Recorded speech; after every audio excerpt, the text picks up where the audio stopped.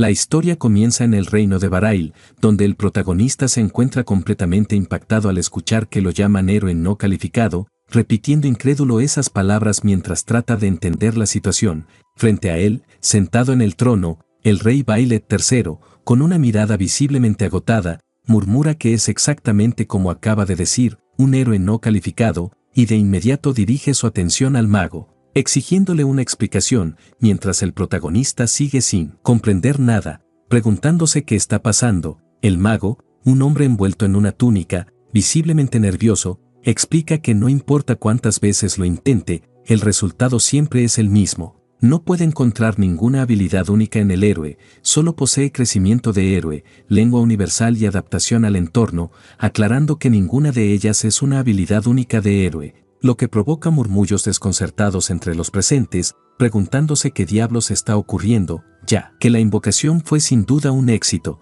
pero algo como esto no tiene precedentes. En ese momento el rey interrumpe abruptamente y visiblemente molesto ordena que decapiten a ese héroe incompetente, dejando al protagonista completamente abatido, pensando con horror qué demonios está diciendo y cómo es posible que hablen de decapitarlo. El mago intenta intervenir de inmediato suplicando que se calme, pero el rey continúa alterado, gritando cómo se supone que va a calmarse si son 15 años. 15 malditos años los que deben esperar para poder invocar a otro héroe y, después de todo eso, lo que aparece es un inútil como ese, con una mirada cargada de odio señala que todo es culpa de los magos inútiles, recordándoles que el héroe fue invocado mediante su poder, asegurando que erradicará a todos ellos y a su línea de sangre, dejando claro que no piensa que salgan inmunes de esto, provocando que los demás magos entren en pánico, arrodillándose desesperados y pidiendo clemencia, mientras el rey, aún furioso, les grita que no se le acerquen. En ese momento el protagonista interviene con una mano apoyada en el pecho,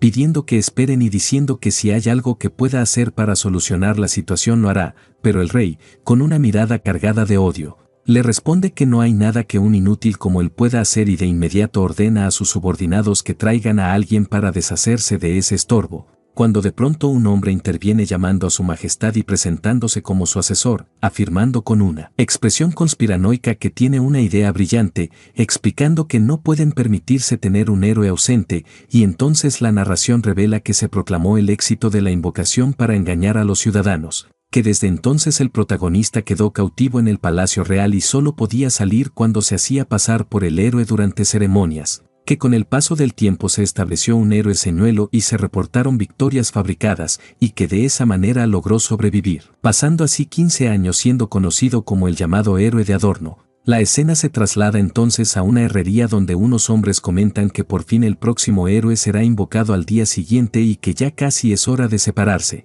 mientras él les responde con una sonrisa agradecida diciendo que muchas gracias a todos, que en 15 años ha aprendido a hacer muchas cosas. Un anciano recuerda que al principio no podía hacer prácticamente nada pero reconoce cuánto ha mejorado. Otro hombre se pregunta qué harán sin Eijo, aunque otro le responde que no pueden hacer nada contra los superiores, y el protagonista interviene mientras martilla el metal, diciendo que no se puede evitar, que después de todo él es solo el héroe de adorno, narrando que lleva 15 años trabajando en la forja del palacio, un trabajo duro, sucio y muy peligroso, pero que solo debía hacerlo mientras salía el sol y que, comparado con su vida en Japón, le resulta mucho más sencillo. Recordando finalmente que hace 15 años lo acogieron allí cuando no tenía a dónde ir, que no podía fabricar ni siquiera un clavo y que, aún así, ha llegado hasta donde está ahora. Agradeciéndole sinceramente a todos, el protagonista se despide dejando a los presentes con el ánimo apesadumbrado, mientras piensa que han pasado 15 años desde que fue convocado a este mundo,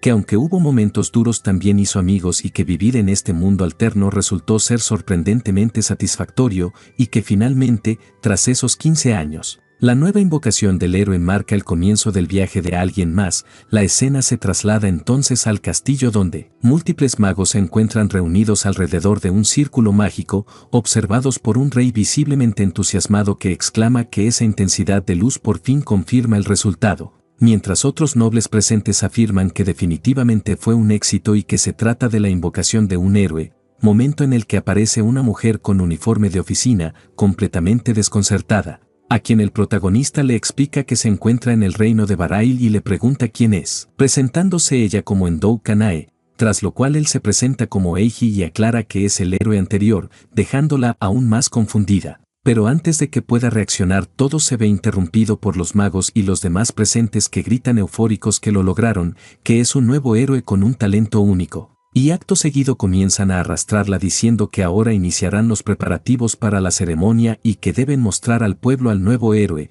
mientras el consejero afirma que esto traerá paz al país, y el rey, con una mirada cansada, declara que como recompensa por haber sido el héroe anterior le concederán tierras como símbolo de honor, aunque incluso esa tierra sea más de lo que merece, a lo que el consejero añade que, considerando su cuerpo supuestamente curtido por batallas tras 15 años de lucha, lo mejor será que se recupere en un lugar tranquilo, mientras el protagonista, agradecido en apariencia, piensa internamente que quieren decir con 15 años de experiencia en el campo de batalla si ni siquiera ha salido de la capital una sola vez, y aún así se arrodilla aceptando la recompensa con gratitud. Minutos después, ya a las afueras del reino, el protagonista se despide de sus compañeros de la forja agradeciéndoles sinceramente por todo hasta ahora antes de subir al carruaje, mientras ellos le devuelven las palabras deseándole un buen viaje y durante el trayecto, sentado en silencio, piensa que acaba de darse cuenta de que ya ha llegado a los 40 años y se pregunta cómo será el territorio que le han concedido,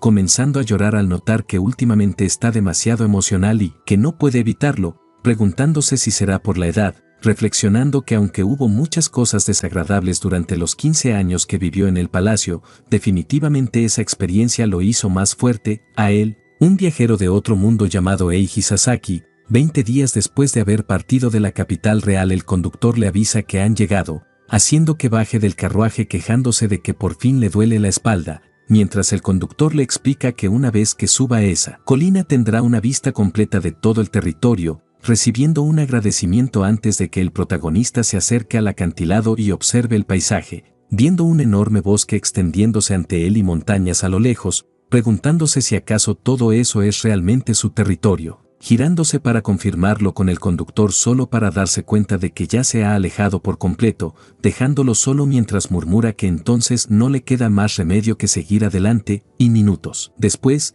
ya internándose en el bosque, piensa que dada la situación parece que no hay ningún pueblo y mucho menos personas alrededor, hasta que encuentra una cabaña en medio del bosque, deteniéndose a observarla y pensando que no parece haber sido utilizada desde hace mucho tiempo, pero que con una buena limpieza podría servirle como lugar para dormir, y al inspeccionar mejor los alrededores descubre una especie de granero y, al entrar, halla la estructura de un antiguo horno, agradeciendo en silencio al rey por su consideración y pensando que tal vez, después de todo, era una persona decente. El protagonista queda pensativo al darse cuenta de que primero debe asegurar un poco de agua, pero al no encontrar señales de un pozo ni ríos cercanos concluye que deberá recurrir a eso, concentrando su maná en un solo punto hasta generar pequeñas gotas de agua que terminan llenando por completo una cubeta, y con una leve sonrisa agradece que al menos ahora pueda usar magia básica, pasando luego a preocuparse por la comida. Minutos después, mientras recorre el bosque,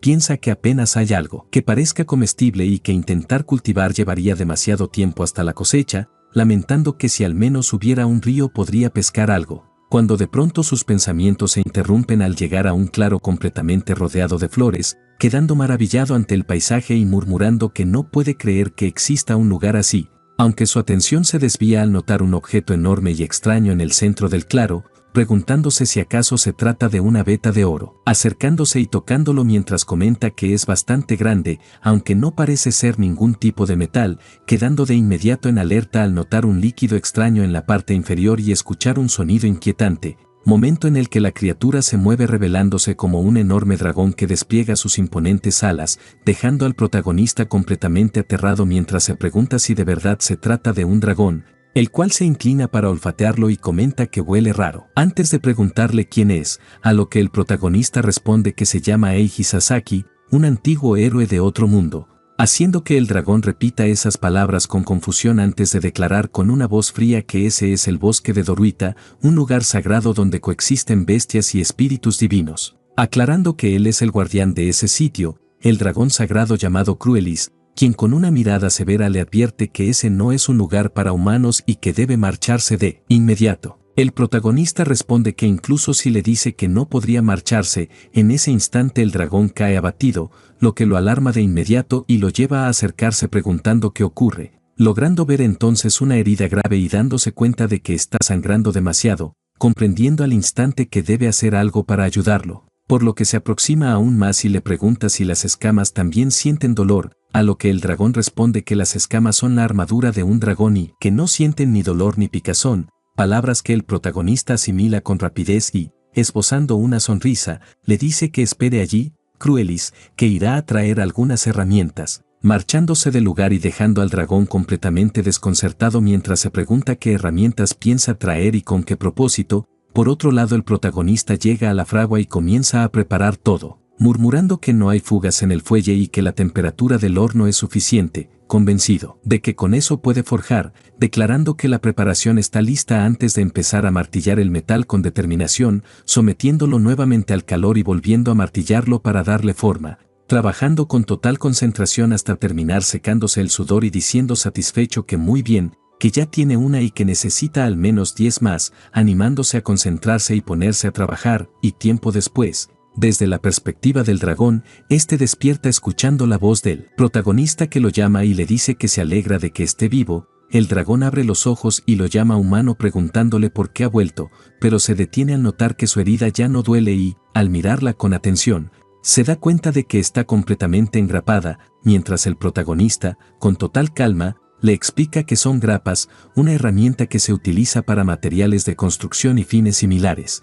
El dragón, claramente impresionado, le dice que pueda manejar el hierro de esa manera es algo realmente notable, a lo que el protagonista responde con naturalidad que eso ahora es pan comido para él y que lo importante es que necesita comer para reponer la sangre, entregándole un enorme recipiente con comida mientras le explica que las espinacas son excelentes para estimular la producción de sangre gracias a su alto contenido de hierro, pidiéndole que al menos intente comer un poco. El dragón comienza a probarlo y el protagonista le comenta con una sonrisa que es realmente delicioso, agregando que si le agrada puede cocinar todo lo que quiera, lo que deja al dragón sorprendido. Aunque al notar el evidente cansancio del protagonista le dice que antes que nada debería descansar bien, provocando que éste, con una sonrisa tranquila, se siente a su lado y termine quedándose dormido, narrándose que al final un humano y un dragón durmieron juntos esa noche y al día siguiente el protagonista despierta al escuchar una voz llamándolo, murmurando somnoliento que al parecer se quedó dormido, mientras la voz responde que por fin está despierto, comentando que ahora entiende que se quedó despierto la noche anterior cuidándolo, momento en el que el protagonista, algo molesto, le pide que deje de llamarlo humano y le aclara que su nombre es Seiji Sasaki. Y entonces la voz se vuelve más clara diciendo que así que ese es Seiji, apareciendo ante él una mujer que lo observa detenidamente y con una sonrisa emocionada le dice que es increíble haber curado una herida usando hierro, dejando al protagonista completamente desconcertado al preguntarse si acaso esa mujer es Cruelis. Sin embargo, ella se alza la ropa para mostrar la cicatriz que dejó aquella herida, dejando al protagonista completamente impresionado al notar que se ve mucho mejor, aunque algo apenado le pide que por favor se baje la chaqueta, mientras le dice con una sonrisa sincera que se alegra mucho de que se sienta mejor. La chica, visiblemente emocionada, le agradece profundamente todo lo que hizo y de pronto se arroja sobre él pidiéndole algo con urgencia, suplicándole que por favor la tome como su aprendiz porque ella también quiere aprender a transformar el hierro, dejando al protagonista totalmente desconcertado, mientras se narra que en el bosque de criaturas divinas y espíritus de Doruita, ese fue el primer encuentro con el dragón sagrado, Cruelis. La escena se traslada de vuelta al castillo real, donde el rey, disfrutando tranquilamente de su comida, comenta con desdén que por un momento pensó que todo iría mal, pero que la heroína Kana resultó ser realmente útil. A lo que su consejero responde con frialdad que ella está en una liga completamente distinta comparada con ese inútil de antes, provocando que el rey agregue que el último héroe no era más que un peón descartable que probablemente ahora mismo está lamentando su destino, mientras el consejero, con una mirada cargada de desprecio, añade que después de pasar 15 años en el Palacio Real, la vida en la naturaleza debió ser un cambio brutal y que incluso podría haber terminado convertido en comida para una bestia mágica, palabras que hacen reír al rey, quien celebra la ocurrencia diciendo que fue una excelente idea, ministro, afirmación de que todo fue por conveniencia de su majestad, hasta que la escena se quiebra abruptamente con la llegada de un caballero visiblemente malherido que irrumpe para informar que la brigada de caballeros de Barail fue completamente derrotada. Noticia que impacta al rey, quien exclama incrédulo cómo es posible si esa brigada siempre había salido victoriosa, mientras el caballero, inclinándose con dificultad, explica que sus armas fueron inútiles y que las armaduras se hicieron pedazos como si fueran de papel. Palabras que dejan a ambos completamente desconcertados, llevándolos a exclamar, casi al unísono, ¿cómo diablos pudo ocurrir algo así? Y al mismo tiempo, en otro lugar, la escena regresa junto al protagonista, donde Cruelis observa la casa con los ojos brillantes de emoción y declara que todo es absolutamente fabuloso, a lo que él responde con modestia que no es para tanto, que después de todo es más una herrería que una casa, pero ella, sin perder el entusiasmo, comenta que hay tantas cosas diferentes allí y le pregunta para qué sirve todo, adoptando una postura tan cautivadora como curiosa, provocando que el protagonista la interrumpa para decirle que ya no es una jovencita y que debería tener un poco más de moderación, solo para que ella, con una risa traviesa, le responda que no quiere escuchar eso de él, Eiji, y agregue con un suspiro alegre que este año cumple 170 añitos, recordándole que entre los dragones esa sigue siendo una edad considerada bastante joven. Palabras que impactan al protagonista, aunque enseguida agrega, cambiando el tono, que por cierto, hablando de eso, porque tuvo ese tipo de lesiones, a lo que la chica, visiblemente molesta, responde que fue atacada por demonios que se dirigían a las bestias divinas que viven en Doruita y que, por lo tanto, tuvo que defenderlas, provocando que el protagonista la observe con seriedad y le pregunte si la situación es realmente tan peligrosa, recibiendo como respuesta, aún cargada de molestia, que cometió un pequeño error y que si hubiera sido la de siempre no habría perdido en absoluto, y acercándose a él añade que, más importante aún, Eiji, quiere hablar del tema de convertirse en su discípula, dejando al protagonista confundido por un momento mientras le pregunta si en serio quiere convertirse en su discípula, a lo que ella, con una sonrisa alegre, le explica que lo ha pensado desde entonces y que si pudiera trabajar el hierro como él, también podría presumir ante los suyos, haciendo que él quede pensativo, reconociendo para sí mismo que le alegra que esté interesada y que tener a Cruelis a su lado sería tranquilizador, por lo que finalmente, con una sonrisa, le dice que entonces lo hagan juntos y que comenzarán su aventura en la herrería, provocando que ella se emocione y lo abrace agradecida, repitiendo con entusiasmo su agradecimiento. Y minutos después, todavía excitada por la idea, le pregunta ¿qué van a fabricar primero? Si algún tipo de arma, mientras el protagonista, preparándose y ajustando sus vestimentas, responde que algo así, explicando que en su trabajo anterior forjó todo tipo de armas y que incluso un simple cuchillo de cocina puede ser forjado como un arma, lo que hace que ella murmure con curiosidad, entendiendo poco a poco, preguntándose qué debería hacer ahora, y él le aclara que lo importante es observar y aprender, que por hoy se asegure de observar todo muy de cerca, obteniendo como respuesta un asentimiento decidido y la promesa de que estará atenta. Empieza a trabajar el hierro calentándolo en el horno y, tras alcanzar la temperatura adecuada, comienza a martillarlo con movimientos firmes y precisos bajo la mirada atenta de la dragona, y minutos después termina de dar forma a la hoja, dejando a la chica completamente ilusionada, mientras el protagonista se disculpa por haberse concentrado tanto y perderse en sus pensamientos, aunque ella, con una sonrisa tranquila, le asegura que no tiene de qué disculparse porque fue realmente interesante, y que es increíble lo rápido que hizo el cuchillo de cocina, pero él la interrumpe para aclarar que todavía no es un cuchillo acabado y que ahí es donde comienza el proceso de endurecimiento, explicando que primero se aplica el polvo endurecedor, se deja secar y luego se calienta nuevamente, provocando que ella, emocionada, pregunte si entonces así se completa, a lo que él responde que aún no, que al cuchillo todavía le falta dureza, detallando que la dureza es la fuerza con la que el metal intenta mantener su filo, o dicho de otra manera, que el metal aún carece de resistencia, palabras que ella comprende y asimila al decir que entonces a eso se refería y que sería un problema si no tuviera mucha resistencia. Momento en el que él le muestra un recipiente lleno de aceite y le explica que ahora viene la parte del templado, introduciendo la hoja en él y aclarando que mientras el metal sigue caliente se sumerge rápidamente en un baño de aceite para endurecerlo y que después de eso solo queda afilarlo, completando el proceso tras unos minutos y mostrándole la hoja terminada mientras afirma que ya está completamente lista, dejando a la chica maravillada, quien comenta que es realmente bella, A lo que el protagonista agrega que intenten hacer 5 antes de que acabe el día y que espera que pueda ayudarle en todo el proceso, despertando aún más su emoción cuando ella pregunta si de verdad puede ayudar y él, con una sonrisa, le responde que por supuesto, que harán un montón y los venderán todos en la ciudad cercana, palabras que la llenan de entusiasmo. Tiempo después, ya en el mercado, pensando con frustración que no puede creer que ni siquiera hayan vendido un solo cuchillo, mientras él y la dragona permanecen juntos exhibiendo los 5 cuchillos que prepararon. Comprendiendo entonces que en ese mercado se venden principalmente accesorios, juguetes y todo tipo de artículos similares, y que al final las herramientas de metal no parecen tener buena salida, lo que lleva a la dragona a sugerir que quizás sus productos no encajan en ese lugar y que deberían vender espadas directamente a mercenarios. Palabras que hacen que el protagonista reflexione por un momento sobre la idea de fabricar espadas, aunque su pensamiento se ve interrumpido de golpe por la voz de alguien que pide que esperen, revelando a una mujer forcejeando con un hombre que la arroja con violencia mientras le grita que se calle, y ella, recuperándose como puede, le reclama que esa espada es un artículo importante de su tienda y que si no va a comprarla se la devuelva,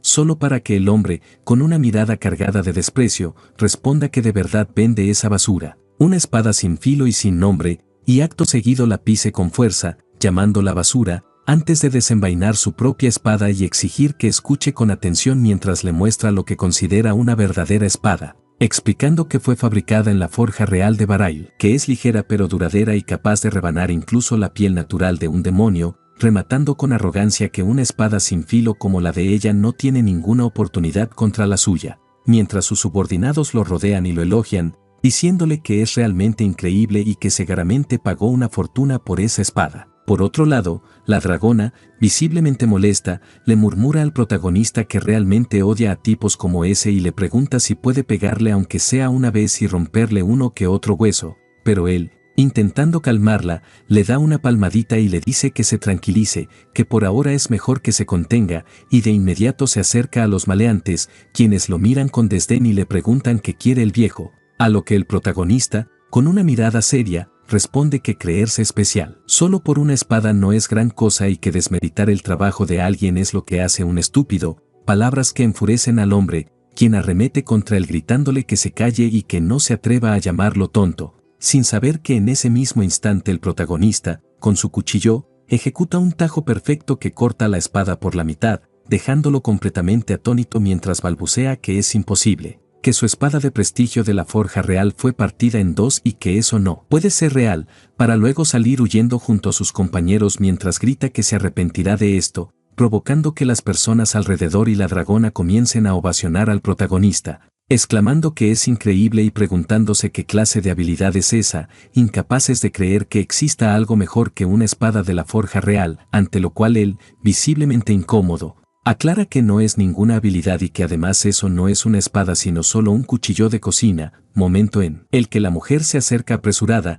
le toma la mano y le agradece llamándolo espadachín, aunque el protagonista la tranquiliza de inmediato y le pide que mire con atención, explicándole que no es un espadachín sino un simple herrero y que lo que sostiene es únicamente un cuchillo de cocina. Palabras que la dejan totalmente desconcertada y la llevan a crear de inmediato un círculo mágico para analizarlo, quedando aterrada al concluir que es increíble que ese cuchillo de cocina está clasificado como rango S. Se explica entonces que los rangos de los objetos se dividen en 8 niveles basados en su rareza y en la habilidad requerida para crearlos, siendo los productos de la forja real clasificados normalmente entre los rangos A y B. Sin embargo, aquello que el protagonista ha fabricado supera con creces esos estándares al alcanzar el rango S. E incluso existe el rango SS, reservado para una clase de tesoros antiguos como artefactos divinos o reliquias sagradas, información que hace que el protagonista observe su cuchillo con desconcierto y se pregunte si de verdad puede considerarse de rango S. La mujer se acerca emocionada sujetando el cuchillo con admiración mientras exclama que lo quiere y que está dispuesta a pagar 16,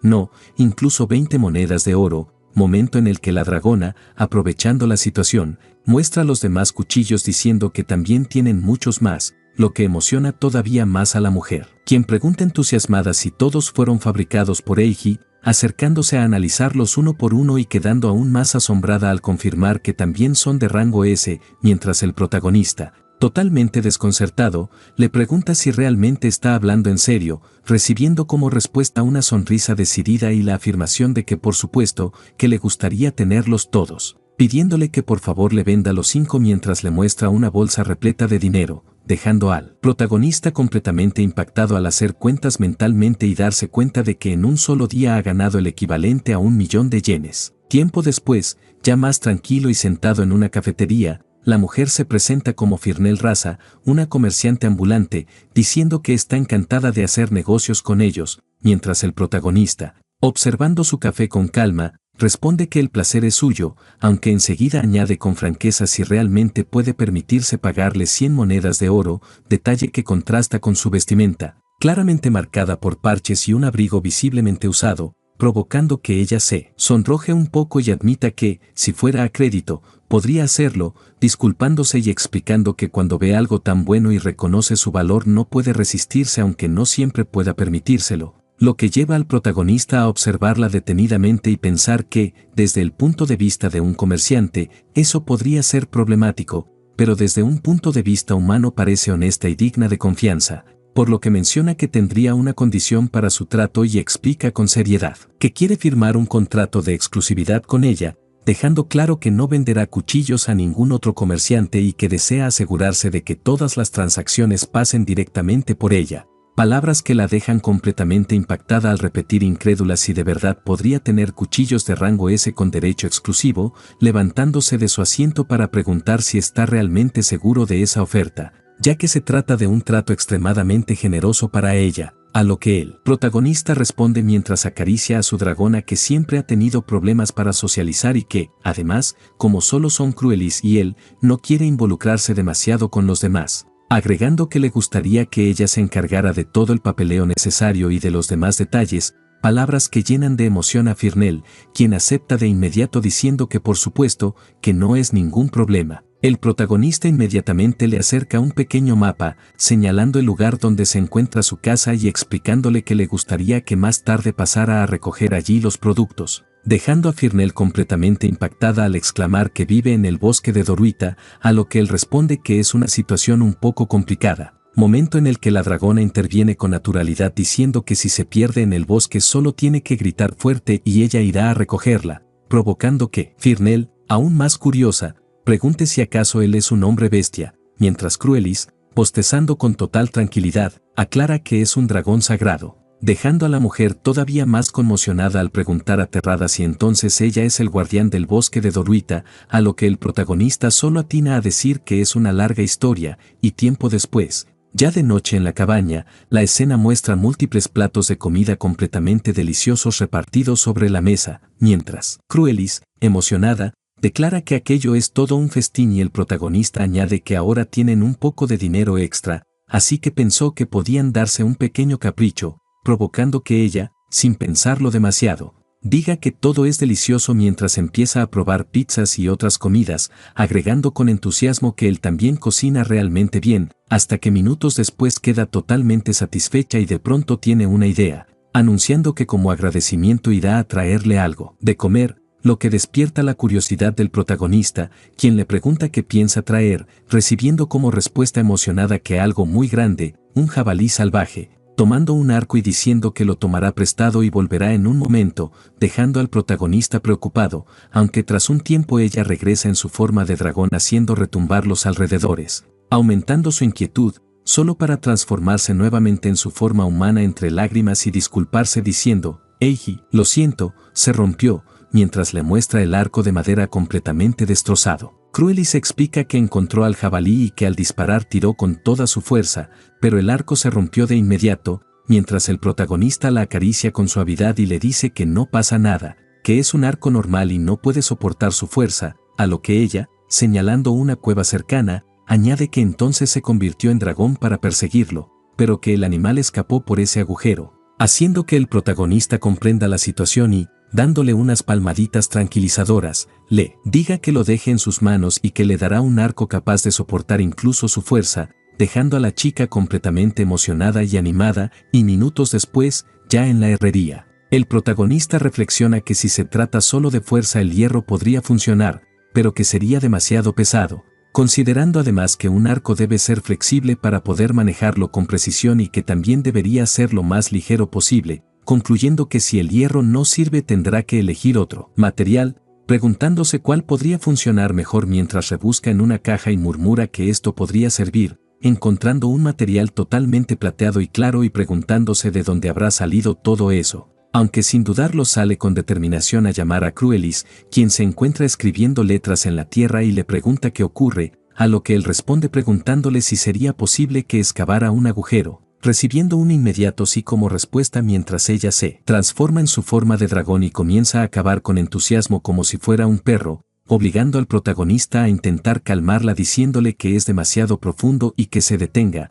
tras lo cual ella, soltando un suspiro, le pregunta por qué está cavando un agujero en primer lugar, y él le explica con naturalidad que va a usar ese agujero para fabricar un nuevo arco. Entonces el protagonista comienza a explicar la lección de fundición, señalando que lo primero es preparar el molde de arena y que, como el agujero que ella cavó es un poco grande, primero tendrán que rellenarlo y ajustarlo, aclarando que esta vez necesitarán un molde largo y estrecho, y explicando que usarán una guía de madera que preparó con anterioridad para crear la forma en la arena, por lo que el siguiente paso es colocar ese palo en la arena asegurándose de que no se desmorone, además de recubrirlo con un agente desmoldante hecho de piedra triturada para evitar que se pegue, y una vez hecho esto, colocarlo dentro del agujero y cubrirlo por completo, tras lo cual, sosteniendo la punta, comienza a generar un círculo mágico que envuelve toda el área, dejando a la dragona impresionada al ver cómo la arena se transforma en un sólido duro como la roca. Mientras el protagonista explica que ahora solo queda retirar nuevamente el palo de madera, dejando el molde limpio y completando así la primera fase, y minutos después, ya de regreso en la herrería, señala que el siguiente paso es la fundición del metal y que lo harán juntos, indicando que levantarán la olla, pero en ese momento Cruelis, sin mostrar el menor esfuerzo, levanta el recipiente con el metal fundido directamente con las manos, dejando al protagonista totalmente preocupado al advertirle que la olla está ardiendo con metal fundido en su interior, solo para que ella, con curiosidad, pregunte si eso es realmente un problema y explique con una sonrisa que sus llamas de dragón son mucho más calientes que eso, añadiendo con un suspiro orgulloso que no se preocupe y que continúen vertiendo el metal en el agujero, lo que provoca que el protagonista quede impactado y admita lo impresionante que es que pueda hacer algo así. Tiempo después, al regresar al molde, el protagonista explica que ya se ha enfriado por completo y que pueden sacar la varilla de metal, logrando extraerla parcialmente mientras la chica, emocionada, la sujeta y la mueve con curiosidad,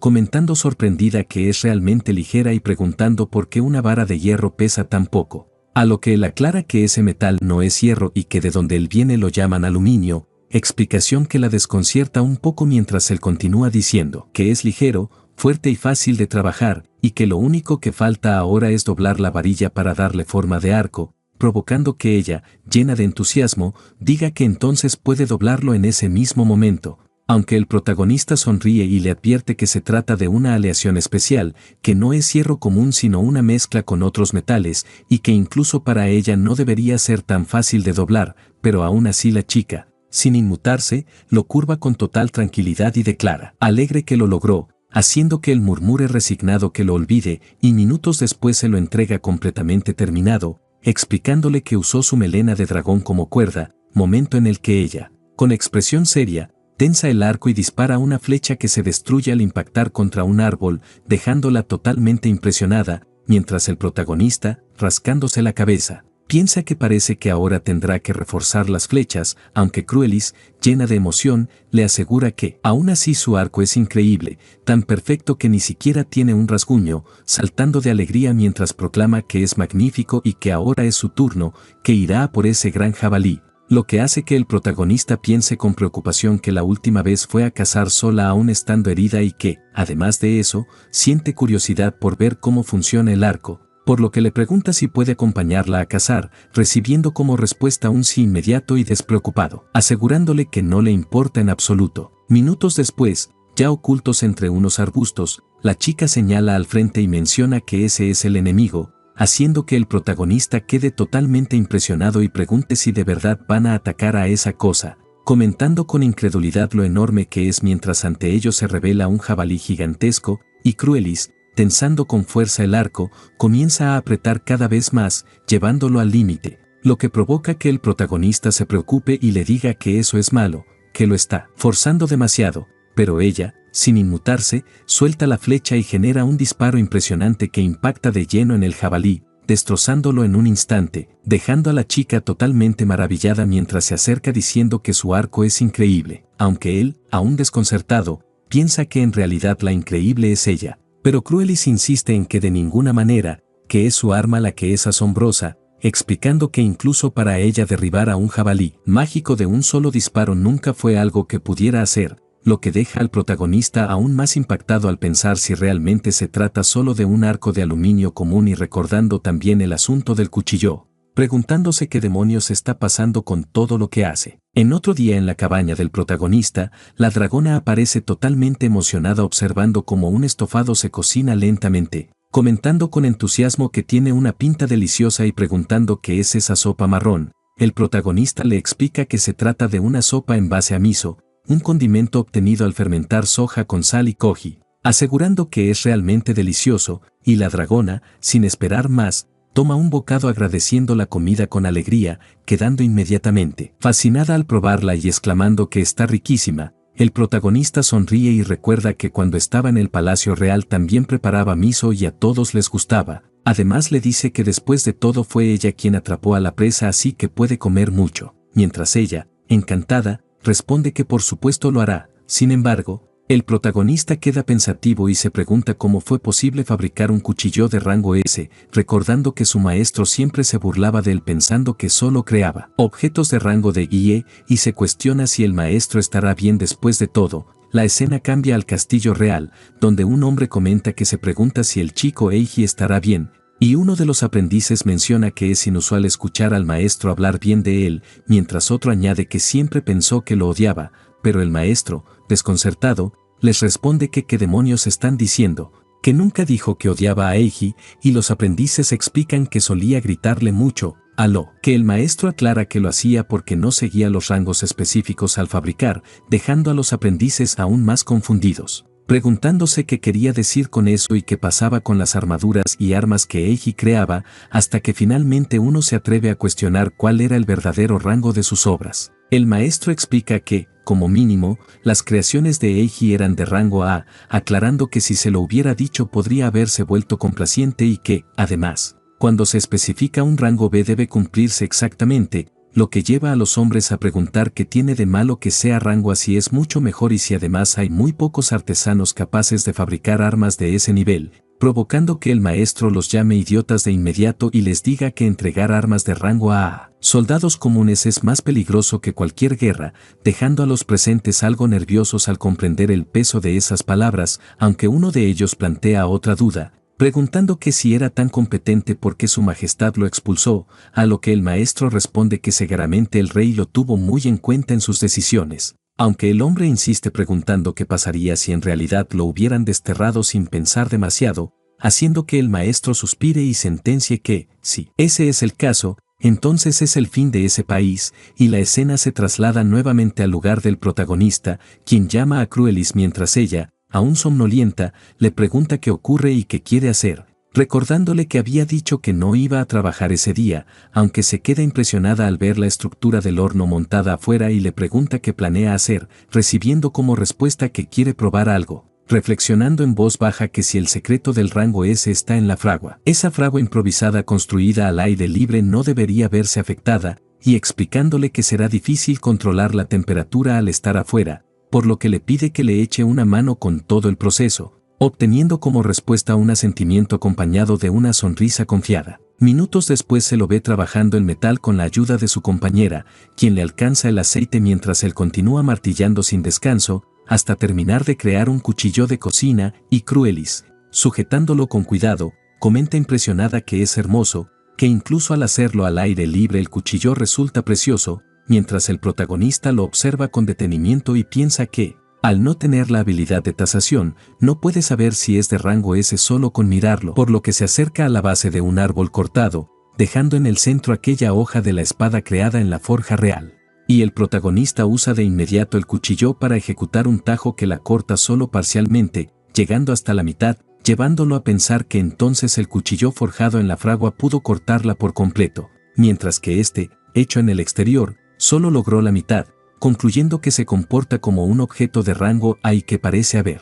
algún tipo de poder actuando dentro de esa fragua, aunque Cruelis, sonriendo, le dice que no entiende de qué está hablando, que aún así pudo cortar a la mitad una espada de la forja real y que eso ya es increíble. Y justo en ese momento sus orejas se mueven al percibir algo, echándose a correr mientras anuncia que es un cliente, transformándose en dragón y saliendo disparada a lo lejos para regresar minutos después a toda velocidad trayendo consigo a Firnel, quien llega visiblemente aterrada. Saluda al protagonista y recibe su saludo de vuelta, y ya más tranquilos, Firnel bebe un té y se disculpa por su visita repentina, explicando que la próxima vez vendrá en una carreta y se transportará por su cuenta. Aunque Cruelis, con una sonrisa despreocupada, le advierte que hay bestias demoníacas en el bosque y que es peligroso entrar sin escolta, sugiriendo que la próxima vez simplemente la llame de nuevo, lo que deja a la mujer algo apenada. Firnel, con un tono serio, explica que el verdadero motivo de su visita es que en realidad existe una queja relacionada con el cuchillo de cocina,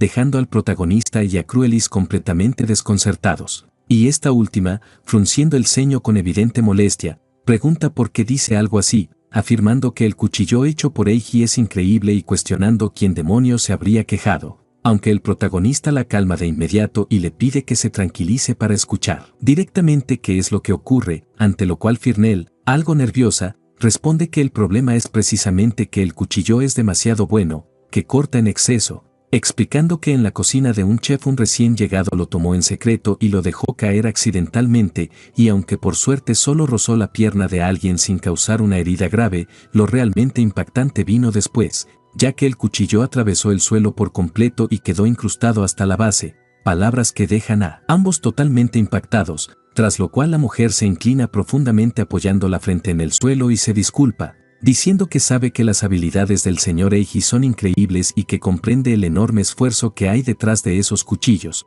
pero que aún sabiendo que es de mala educación pedir algo así, le ruega si podría fabricar cuchillos de menor rango y con un filo más moderado, provocando que el protagonista quede pensativo al considerar que pedirle a un artesano que haga cuchillos que no corten es negar las habilidades que ha cultivado durante tanto tiempo, aunque también entiende la preocupación de Firnel, especialmente al verla pedirlo de rodillas, por lo que le pide con suavidad que levante la cabeza y, esbozando una sonrisa, le dice que entonces harán un cuchillo sin filo, agregando que decir que está bien si está afilado es solo la lógica del artesano, pero que pensar en quien lo usa es lo que realmente hace que un cuchillo sea de primera calidad, o al menos, eso es lo que él cree. Palabras que emocionan a Firnel hasta las lágrimas, aunque el protagonista la interrumpe con calma para decirle que, de hecho, ya tiene un cuchillo de rango inferior, y mientras ella lo analiza con atención confirma que ese cuchillo es de rango A, haciendo que él piense que por fin la tasación lo confirma,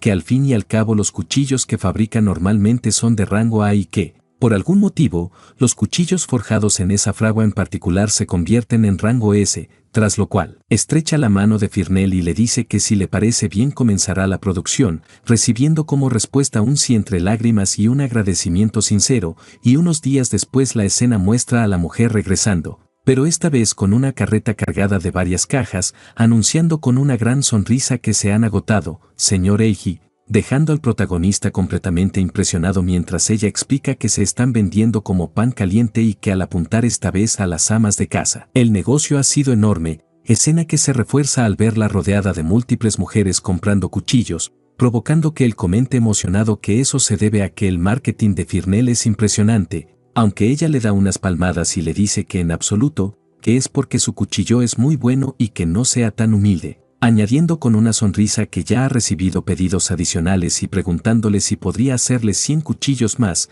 cifra que deja al protagonista atónito, aunque ella vuelve a animarlo con palmadas diciendo que no sea tan modesto, que es un herrero legendario y que está segura de que se acerca un monopolio en el futuro, palabras que dejan a Eiji algo apenado. Y la escena cambia de golpe a una noche oscura bajo una lluvia torrencial en el bosque, con truenos estremecedores resonando en la distancia, donde en medio de todo se distingue la figura de una pequeña niña que avanza tambaleante entre los árboles mientras murmura con voz temblorosa, «Mamá, papá», donde están, internándose cada vez más en el bosque bajo la furia implacable de la tormenta. Por otro lado, en la cabaña, el protagonista observa con atención las múltiples goteras repartidas por todo el lugar, pensando con resignación que hay demasiadas filtraciones y que tendrán que seguir tapándolas, cuando de pronto Cruelis aparece detrás de él soltando un leve gruñido que lo hace sobresaltarse, y ella, con un gesto tierno y divertido, le pregunta si se ha asustado, provocando que él aguante la risa y le responda qué pasa con ese rostro,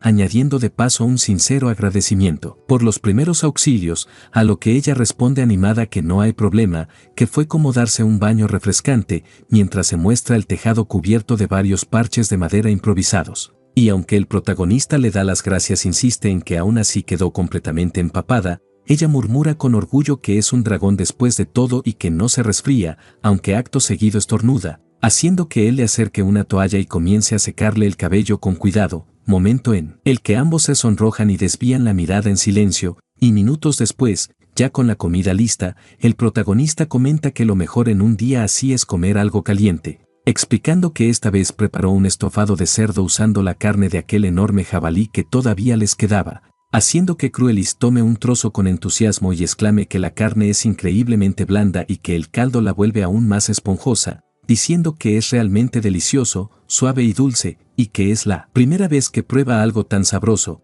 a lo que él responde con una sonrisa que siempre dice lo mismo cada vez que come su comida, aunque ella, emocionada y pidiendo más, insiste en que toda la comida de Eiji es deliciosa, mientras él comenta pensativo que ojalá tuviera anís estrellado, explicando que sabe que en este mundo también existen cosas como el mirin y la salsa de soja, y que al parecer incluso hay una cultura de elaboración de caldos, quizá originada gracias a algún héroe invocado en el pasado. El protagonista junta las manos dispuesto a comer también, pero al buscar su plato descubre que ha desaparecido por completo, y con una mirada claramente disgustada le pregunta a Cruelis por qué tomó su parte de la comida, a lo que ella, con expresión apagada e inocente, responde que por qué haría eso si ya tiene consigo estos trozos tan deliciosos, dejando al protagonista totalmente desconcertado, preguntándose entonces qué está pasando, cuando de pronto Cruelis le cubre la boca con rapidez y le pide que haga silencio, y ambos comienzan a agacharse con cuidado acercándose a la mesa,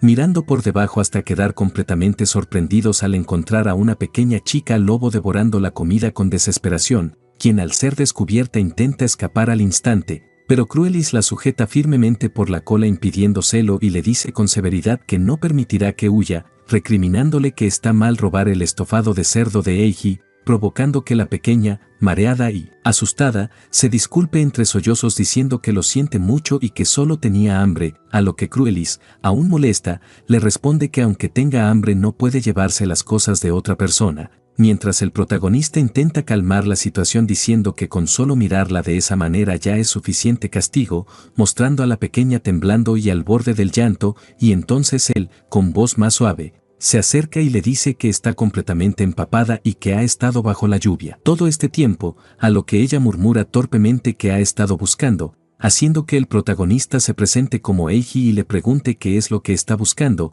y entre lágrimas la pequeña le pida ayuda, confesando que está buscando a su padre y a su madre. Tiempo después, ya con la chica lobo vestida con ropa provisional, el protagonista le pregunta con cuidado si eso significa que está perdida. A lo que ella asiente mientras sigue comiendo y comenta con sinceridad que todo está delicioso, provocando que Cruelis suspire y explique que se trata de un lobo blanco, un clan de bestias divinas que vive en el bosque de Doruita, dejando al protagonista totalmente impactado al pensar que está frente a una deidad, aunque Cruelis le responde con naturalidad que son bestias divinas y murmura que después de haber pasado tanto tiempo con un dragón sagrado no entiende de qué se sorprende, explicando entonces con más detalle que, como ya le había dicho antes, el bosque de Doruita es un lugar habitado por bestias y espíritus divinos, donde también existen bestias demoníacas, aunque la mayoría son bestias divinas, todas con su propio territorio, excepto la tribu del lobo blanco, que es una bestia errante, haciendo que el protagonista pregunte, impresionado si acaso el bosque es tan grande, a lo que Cruelis responde que, en equivalencia humana, sería como unas 200 ciudades. Provocando que él piense atónito que si es 200 veces más grande que la capital entonces ese lugar es ridículamente enorme, y al mirar a la pequeña no puede evitar pensar que es una pobre niña perdida en un sitio así, Aunque Cruelis, indiferente, le dice que no debería sentir lástima por ella y que seguramente hizo algo que enfadó al líder de la manada, llevando al protagonista a preguntar si entonces fue expulsada, a lo que Cruelis asiente, pero la pequeña los interrumpe apretando su ropa y diciendo que eso no es cierto, explicando con voz temblorosa que es porque Sue es muy pequeña y muy lenta, que cuando se separan de ella nunca saben dónde está. El protagonista, preocupado, menciona que eso significa que no puede seguir el ritmo de la manada, dejando a la chica al borde de las lágrimas mientras el protagonista recuerda de golpe sus propios 15 años de vida y cómo fue tratado, y sin pensarlo se acerca con suavidad, acariciándole la cabeza y diciéndole que no se preocupe, que buscarán a sus padres, Sue, provocando que la niña se sienta aliviada, mientras a un lado Cruelis suspira silenciosamente ante la situación. Tiempo después, ya con el cielo despejado, comienzan a caminar juntos por el bosque, con Sue avanzando a la cabeza, y el protagonista la llama con suavidad para decirle que no juegue tan lejos o podría hacerse daño, haciendo que ella asienta obediente, aunque al dar unos pasos tropieza con una rama, momento en el que él la carga de inmediato, provocando que la pequeña le agradezca con una sonrisa, mientras Cruelis observa la escena con gesto molesto y le dice que no la malcríe demasiado, a lo que el protagonista responde que lo entiende, pero que después de todo sigue siendo una niña, aunque Cruelis, aún irritada, le replica que es una bestia divina y que la naturaleza del bosque de Doruita es muy dura, y que si la sigue protegiendo así su crecimiento se verá afectado, pero él, sonriendo, le dice que está bien y que lo comprende, provocando que Cruelis le responda con fastidio que no entiende nada y que la mima demasiado. Momento en el que el protagonista la interrumpe diciendo que pensó que no le agradaba a la pequeña, pero que parece importarle mucho, haciendo que Cruelis se sonroje, mueva la cola con rapidez y responda de forma alterada que no es nada de eso, que no tiene por qué agradarle y que solo es la protectora del bosque, transformándose de inmediato en su forma de dragón y diciendo que buscará desde el cielo y que ellos dos esperen allí, saliendo disparada a lo lejos. Y tiempo después el protagonista se encuentra trabajando metal sobre una roca mientras piensa que Cruelis aún no regresa, llamando a la pequeña y encontrándola dormida en el suelo, y al observarla piensa que si está tan tranquila entonces todo está bien, acercándose para acariciarle la cabeza mientras reflexiona que quizá la próxima vez podría hacerle un peine para su cabello, aunque enseguida se pregunta por qué está pensando como si fuera su padre, y al alzar la vista al cielo no puede evitar preguntarse por qué Cruelis todavía no ha regresado. Ya caída la noche, las orejas de la pequeña se mueven bruscamente y se despierta de golpe, aferrándose al protagonista mientras observa el entorno ahora completamente oscuro, y con una mirada aterrada murmura que son sabuesos ceniza. El protagonista piensa de inmediato que esos sabuesos son monstruos de rango C, pero que resultan extremadamente problemáticos cuando aparecen en manada, así que le pregunta con urgencia desde qué dirección vienen y al recibir la respuesta la carga sin dudarlo un instante, diciendo que deben escapar, comenzando a correr a toda velocidad, dejando atrás el equipaje mientras le dice que lo olvide y que volverán más tarde, pero los sabuesos no tardan en seguirles el paso, persiguiéndolos con ferocidad entre los árboles, mientras Sue, sorprendentemente animada por el recorrido, comenta que Eiji es rápido, a lo que él, ya algo cansado, responde que no piense que es solo un viejo, que fue un antiguo héroe, aunque por dentro reflexiona que en realidad fue un héroe decorativo, sin habilidades únicas, pero héroe al fin y al cabo, agradeciendo en silencio al mago que lo invocó por haberle otorgado resistencia aumentada, y decide que su objetivo debe ser la fragua, pues las bestias demoníacas odian el fuego y no se acercarán a la cabaña,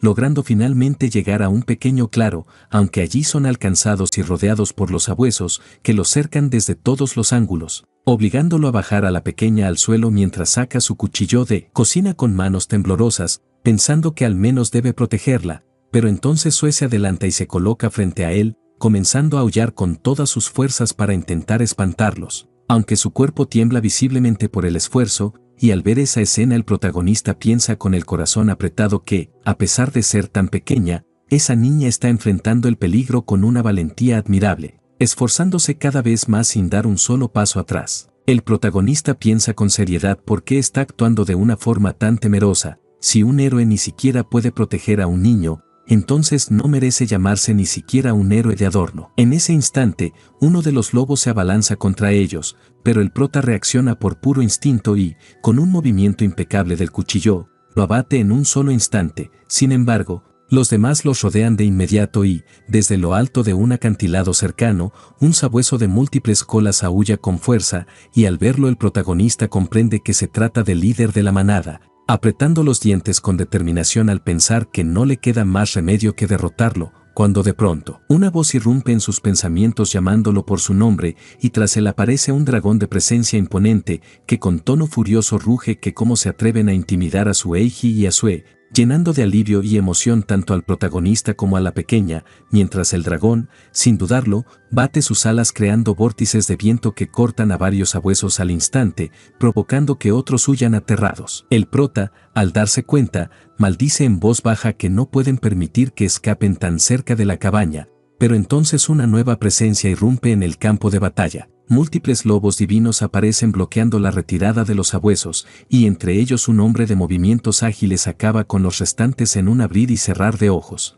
Declarando con voz firme que parece que su hija ha sido cuidada adecuadamente, el protagonista, aún impactado, reconoce de inmediato que todos pertenecen al clan del Lobo Blanco, mientras una mujer se acerca y, con profunda gratitud, le agradece por haber protegido a su hija. En ese momento, Cruelis reaparece ya en su forma humana y se lanza sin pensarlo sobre el protagonista, abrazándolo con fuerza mientras, entre lágrimas, le dice que se alegra muchísimo de que esté bien y que siente haberlo dejado solo. Él le devuelve el abrazo con suavidad, dándole palmaditas tranquilizadoras, y a un lado, la pequeña Sue finalmente se reúne con su familia, siendo envuelta en los brazos de su madre y los demás miembros del clan. Minutos después, Cruelis se acerca a la pequeña y le agradece con sinceridad por haber protegido a Eiji, dejando a Sue desconcertada, quien responde torpemente preguntando si acaso ella lo protegió de verdad. A lo que Cruelis explica que supo su ubicación gracias a su grito, que escuchó sus maullidos desde lejos y comprendió de inmediato que estaban en peligro, abrazándola con ternura mientras le da las gracias, haciendo que la pequeña se sonroje visiblemente. Tiempo después, ya en la fragua, el protagonista le entrega un collar a la niña, quien lo observa con curiosidad y pregunta qué es, y él le explica que se trata de una campana, agregando que como es una bestia divina la fabricó del mismo nivel y que si la lleva puesta, incluso si se separa de los suyos, podrán encontrarla gracias al sonido, lo que deja profundamente impresionados a sus familiares. Sue, con una sonrisa radiante, le agradece a Eiji y él, dándole una palmadita en la cabeza, le pide que tenga cuidado, tras lo cual la pequeña se marcha junto a su familia despidiéndose repetidamente, mientras los adultos también expresan su gratitud, y tanto el protagonista como Cruelis los despiden con una sonrisa tranquila. Ya en otro día, el prota se muestra molesto al ver que su plato de huevo frito ha desaparecido y le reclama a Cruelis que si tiene tanta hambre debería pedirle su parte, pero ella, igualmente molesta, le responde que no tomó nada y que, de hecho, su propia porción también desapareció, acusándolo de habérsela comido él, hasta que ambos se miran fijamente y, tras un segundo de silencio, comprenden al mismo tiempo lo que sucede, inclinándose para mirar bajo la mesa y encontrándose allí a la pequeña Sue, quien, con una sonrisa tierna e inocente, les dice que se separó de la manada otra vez. La historia se traslada de regreso al reino de Barail, donde el maestro de herrería camina por los pasillos del palacio mientras piensa que la lluvia está cayendo con demasiada fuerza y que, si continúa así, los herreros terminarán de muy mal humor. De pronto, una voz lo saca de sus pensamientos al gritar furiosa qué demonios están haciendo, ordenando que detengan de inmediato las goteras, ya que el agua está cayendo sobre las plantas del rey y empapando la alfombra, prácticamente una reliquia de tecnología avanzada, mientras el consejero, visiblemente irritado, da órdenes a todas las criadas para que se encarguen de cada filtración del palacio. El maestro, escondiéndose discretamente, se ríe de la situación, y en ese momento uno de sus trabajadores se le acerca comentando que el palacio real es un completo desastre y que el problema parece estar ocurriendo en todas las áreas del castillo. Sin embargo, otro añade que, curiosamente, la fragua no ha tenido ningún problema con la lluvia en todo este tiempo. El maestro se detiene un instante y menciona que ya han pasado 23 años desde la llegada de Eiji y que, desde entonces, la fragua nunca presentó inconvenientes durante las tormentas, lo que deja impresionado a uno de los herreros, quien señala que, de hecho, la forma del tejado de la fragua es distinta a la de las demás construcciones. El maestro corta la conversación con brusquedad diciendo que se acabaron las vacaciones y que vuelvan al trabajo, y cuando se queda solo murmura con cierta nostalgia que se pregunta cómo le estará yendo a Eiji en este momento. Por otro lado, La historia regresa con el protagonista, a quien las chicas miran con entusiasmo mientras le preguntan qué va a hacer hoy. El prota,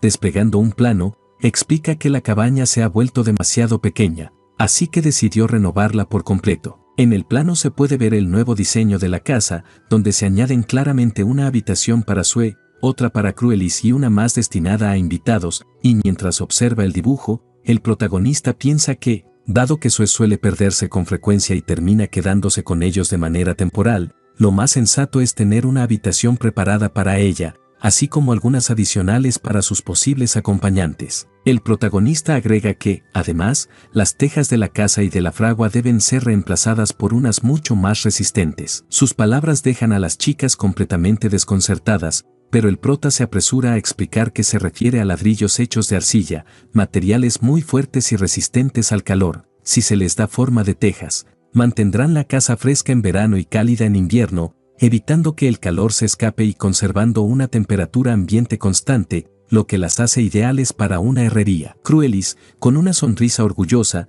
mueve la cola diciendo que se parecen a sus escamas, y el prota asiente divertido antes de declarar que entonces irán ahora mismo a recoger arcilla en la montaña de atrás, provocando que ambas chicas respondan emocionadas que, por supuesto, lo harán. Minutos después, se los ve excavando arcilla entre todos, con Cruelis en su forma de dragón transportando grandes cantidades hasta la herrería. Tiempo más tarde, ya con toda la arcilla almacenada, el prota explica que el siguiente paso es amasarla y comienza a pisarla con los pies. Sin embargo, la pequeña Sue lo interrumpe con entusiasmo, mostrándole una pequeña escultura de Cruelis sorprendentemente detallada. Él la observa con atención y comenta que está muy bien hecha y que, al parecer, tiene talento para el arte, aunque enseguida le pide que vuelvan a concentrarse en la preparación de la arcilla. Cruelis, curiosa, señala entonces un objeto extraño y pregunta qué es ese artefacto, a lo que el prota responde que se trata de una extrusora. Minutos después, explica cómo usarla. Primero se añade el material, en este caso la arcilla ya amasada, desde la parte superior.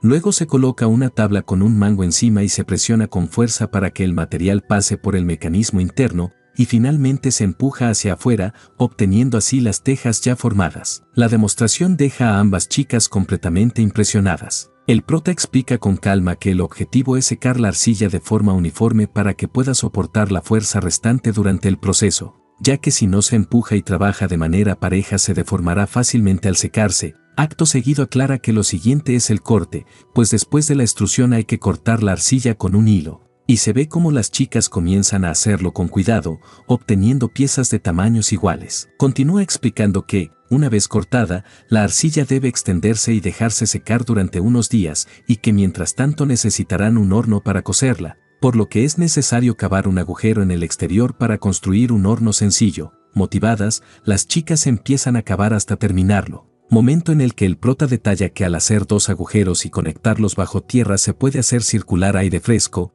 lo que permite mantener una temperatura adecuada. A continuación señala que el siguiente paso es aplicar el esmaltado. Las baldosas se empapan en esmalte y se dejan secar nuevamente, ya que si no se secan como es debido se romperán al hornearse. Después viene el calentado, colocando las baldosas esmaltadas separadas entre sí, un proceso que tomará tiempo pero es necesario para que queden bien cocidas. Tiempo después, se lo ve sosteniendo una teja con evidente emoción mientras dice que de esta manera queda completa, y las chicas, igual de entusiasmadas, comentan que es totalmente brillante y resbaladiza. El prota explica entonces que al aplicar el esmalte y coserlo, la superficie queda cubierta de una capa de vidrio que repele el agua y la suciedad. Con todo listo, añade que lo único que resta es ponerse a colocar el tejado, y minutos después, tras terminar el trabajo, menciona que ya están en la última etapa. Las chicas celebran diciendo que por fin terminaron, pero el prota las detiene aclarando que aún es pronto para festejar, ya que deben probarlo, y si hay alguna fuga deben detectarla de inmediato,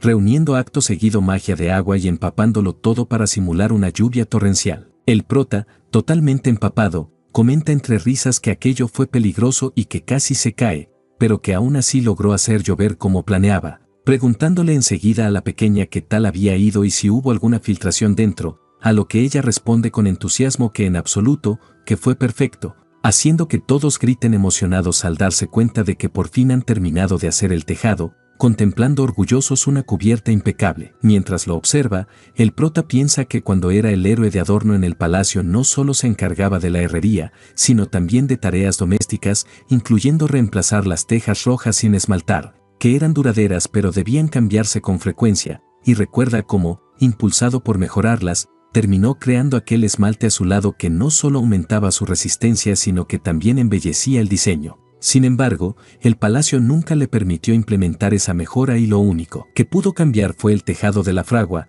pensando con cierta ironía que al menos ahora no cree que se inunde aunque llueva durante días, mientras en paralelo se imagina al consejero del palacio sufriendo un infarto. Minutos después, Cruelis, curiosa, señala una maceta y pregunta qué es eso, y el prota le explica que es una nueva olla y que puede destaparla. Al hacerlo, la dragona descubre un montón de patatas con una pinta deliciosa y comienza a comer junto a la pequeña sin pensarlo, hasta que el prota las detiene diciendo que esperen un segundo y preguntándole si no quieren que sepan aún mejor, mostrando entonces un recipiente con mantequilla y empezando a cortar las patatas de forma transversal para luego imbuirlas con ella, aprovechando el calor para que se derrita y las deje perfectamente preparadas. En cuanto las chicas las prueban, quedan totalmente impactadas por el sabor y devoran todas las patatas en un instante, mientras el prota intenta calmarlas pensando que la mantequilla es un producto de lujo en este mundo, pero que después de todo su arduo esfuerzo bien merece ser recompensado. Unos días después, el prota se encuentra en el bosque observando un árbol y comentando que tiene muy buena pinta, levantando el hacha con decisión para talarlo. Pero justo antes de que el golpe caiga una luz aparece de la nada y lo detiene en seco, dejándolo totalmente impresionado mientras se pregunta qué demonios es eso. En ese momento llegan Cruelis junto a Suei, ambas con un puchero claramente molesto, le reclaman cómo se le ocurre intentar talar un árbol de Doruita, advirtiéndole que con ese acto va a enfadarla, lo que deja al prota confundido preguntando quién se supone que se enfadará por cortar un simple árbol. Cruelis, preocupada, le responde que por supuesto Doruita, y cuando él replica que ese es solo el nombre del bosque, ella se enfada aún más y le explica que Doruita es la diosa de este bosque, una existencia muy importante, y que talar árboles sin permiso la hará enojar. Sue añade con tono serio que su enojo es mucho peor que el de la abuela y mamá juntas, que da muchísimo miedo cuando se enfada, haciendo que el prota, todavía incrédulo, les pregunte si de verdad es tan peligroso, a lo que Cruelis responde sin dudar que sí, que la diosa podría hacerlo desaparecer en un instante con solo pensarlo. El prota entonces empieza a entender y pregunta si esa luz extraña que flota allí es Doruita, y Cruelis le explica que esa es Doruita, o al menos una de las formas en las que se manifiesta. Aunque lo comprende, el prota se queda pensativo y se pregunta cómo va a empezar la ampliación de la cabaña si no puede conseguir madera, y Cruelis, señalando la luz que se detiene justo al pie del árbol, le dice que en ese caso debe ofrecer un tributo a la diosa, y justo en ese instante una voz resuena diciendo que quiere comer patatas con mantequilla, dejando al prota totalmente impactado al escuchar una voz tan directa, respondiendo apresurado que lo siente, que ya no le queda mantequilla, pero la voz lo interrumpe de inmediato asegurando que aún tiene dentro de la caja de madera junto al escritorio de trabajo de la herrería. Esas palabras hacen que las chicas se enfaden al instante, mirándolo con ojos claramente molestos mientras le reclaman que entonces aún quedaba mantequilla y que les había dicho que ya se había terminado, dejando al prota en un aprieto incómodo del que no sabe cómo salir. Minutos después, resignado, le ofrece a la diosa una enorme patata cubierta de mantequilla, mientras Cruelis comenta que seguro estará muy contenta porque es algo realmente delicioso. Y en ese momento la luz se acerca al prota y, con una voz satisfecha, le dice que use la madera con cuidado, saliendo disparada inmediatamente después y desapareciendo en el aire como si nunca hubiera estado allí. Se narra entonces que, tras obtener el permiso de la diosa y cortar el árbol, la reforma completa de la cabaña avanza sin problemas, quedando terminadas las habitaciones de todos y también las de invitados, y que finalmente celebran el resultado con una comida compartida, disfrutando tranquilos del nuevo hogar que han construido juntos. La historia se traslada a una taberna donde, entre el bullicio, alguien grita preguntando quién demonios es esa mujer mientras un hombre queda estampado contra la pared. Y en medio de la escena se ve a una elfa que baila su espada con absoluta naturalidad, mirándolo con una expresión de superioridad mientras declara que su espada no está hecha para cortar a gente como él, provocando los aplausos de todos los presentes e incluso a la encargada del local, que levanta su cuchillo y le dice que estuvo bien corregir a ese borracho y que le preparará cualquier cosa gratis. Sin embargo, la elfa se detiene, toma el cuchillo con interés y pregunta quién hizo ese cuchillo de cocina, a lo que la encargada responde con una sonrisa que se lo compró a Firnel, una vendedora ambulante que suele comerciar herrería por esa zona, haciendo que la elfa lo entienda de inmediato y se marche del lugar,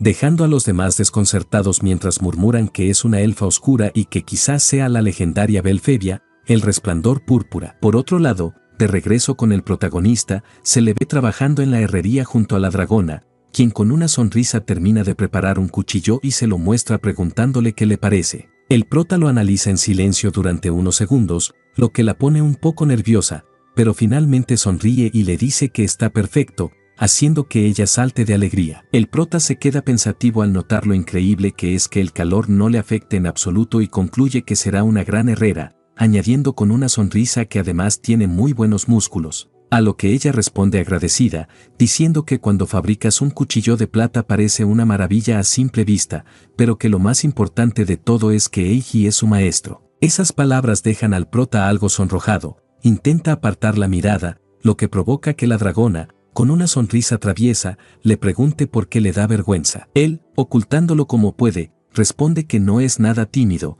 aunque en su interior piensa que es la primera vez que alguien le dice algo así, y dándole unas suaves palmaditas en la cabeza le agradece, muchas gracias, Cruelis, haciendo que ella ría con ternura y le diga que eso le hace cosquillas. En ese momento los interrumpe la pequeña con un aullido alegre, anunciando que el arroz ya está listo, y minutos después los vemos sentados a la mesa mientras ella trae varias bolas de arroz. Cruelis, emocionada, pregunta cuáles son los ingredientes, pero la niña responde que es un secreto y que simplemente se lo coma. Al probar una, Cruelis descubre sorprendida que dentro hay huevo cocido y exclama que es delicioso, mientras que el prota muerde la suya y queda impactado por el sabor, preguntando por qué es tan agrio. La pequeña, sonriendo, explica que lleva fresas silvestres y le pregunta si le gustan. El prota observa su bola de arroz y comenta que es un sabor único, que seguramente a quien le gusten las fresas silvestres también le encantará, aunque por dentro todavía lo duda, y la niña, emocionada,